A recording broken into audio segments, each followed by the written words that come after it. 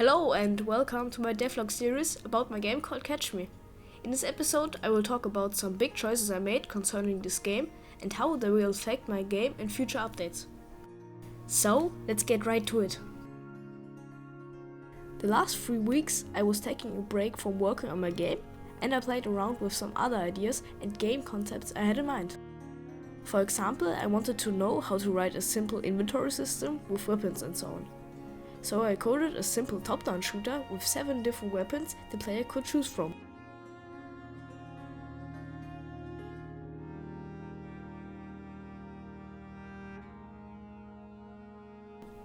Then I expanded this idea and added a field of view, so the player couldn't see through cover when his character is hiding behind it.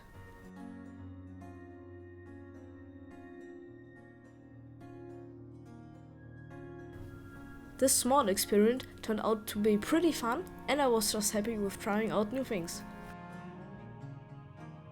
This experience opened my eyes and I instantly had new ideas for my main game. And I think this is very important in developing. Sometimes you get in a tunnel vision and feel burnt out. This can cause you thinking that your game is bad and can leave you uninspired and unmotivated. Sometimes you may even want to delete your game and start something new. But I found out how refreshing just playing around with new concepts for a few days or even weeks can be.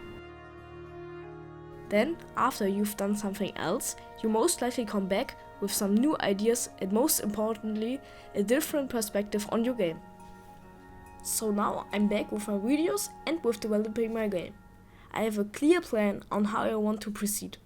I decided not to overwork it too much and finish it as soon as possible. I will only have 3 stages anymore, and I will keep the idea of having other game modes in the back of my mind for now. I will keep the game fairly simple and won't implement any more huge ideas until it's release ready. This helps me focus on the game itself and I'm happier with it than I have been before. That's why I immediately got to work. First, I changed how the whole movement in my game works. I had it so the enemies and the player were just moved by changing their position in a certain direction, multiplied by their speed factor, which I could edit. I decided on making use of Unity's physics engine. The movement is now controlled by the velocity of a rigid body component. This change wasn't hard to implement, and it didn't have any impact on the gameplay, but it makes bullets easier to control. This change made me revisit my bullet system and made me realize how bad it actually was. So I reworked the whole thing. Bullets used to be prefabs and for each enemy with a different bullet color I had to create a new prefab. My little experimental game gave me a new idea. The bullets in that game were scriptable objects and I just had to run a small function when I wanted to shoot a bullet. This system worked pretty well in that game, so I made a simpler version for Catch Me. I now just have to select a bullet type and use a function to create a bullet with a given velocity. I also gave the bullets a new design. They now look actually like bullets and not just like flying circles. And speaking of bullets, I also reworked the third enemy of stage 2. Him being a stationary enemy with high firepower was a cool idea at first, but after playtesting a lot I found his movement quite boring.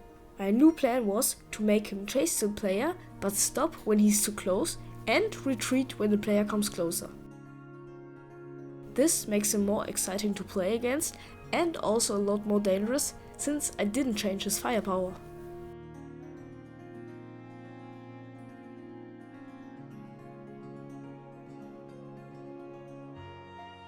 And that's all for this video. As per usual, you can leave any creative ideas and feedback in the comments. Thanks a lot for watching and I'll see you soon.